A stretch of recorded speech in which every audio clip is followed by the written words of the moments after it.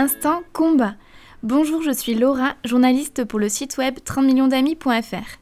Aujourd'hui, je vais vous parler d'un fléau qui touche des millions d'animaux sauvages chaque année, les collisions routières. D'après des études scientifiques, 194 millions d'oiseaux et 29 millions de mammifères succombent sous les roues des véhicules chaque année en Europe. Heureusement, pour éviter l'hécatombe, des collectivités et associations ont mis en place des solutions variées. Le podcast de 30 millions d'amis s'est intéressé aux idées les plus originales. Car au-delà des traditionnels passages à faune et panneaux de signalisation, des solutions plus novatrices et moins connues sont déjà expérimentées pour sauver ces vies animales. Outre les passerelles et tunnels, d'autres agencements plus artisanaux survolent certaines routes. Parmi eux, les écuroducs. Pour permettre aux écureuils de se déplacer en toute sécurité, des associations locales ont déployé dans certains départements des passerelles aériennes à l'aide d'une simple corde enduite d'huile de noix et tendue entre deux arbres à plusieurs mètres de hauteur. Certaines collectivités ont fait le choix d'autres dispositifs ingénieux fondés sur la technologie infrarouge. Par exemple, des départements à l'instar de l'Isère et de la Meurthe-et-Moselle ont installé des détecteurs de faune sur certaines de leurs routes départementales.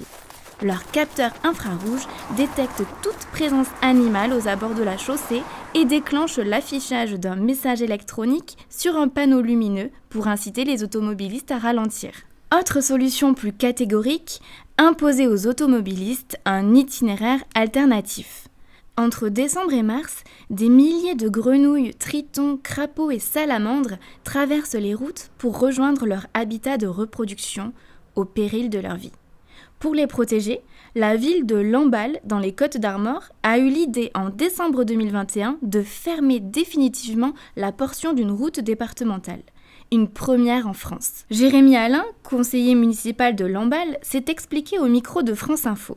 On a parfois fait des routes à des endroits où il ne fallait pas, sans prendre en compte la biodiversité et les milieux naturels. Aujourd'hui, avec cet exemple, on espère montrer la voie de la préservation de la biodiversité à l'échelle nationale.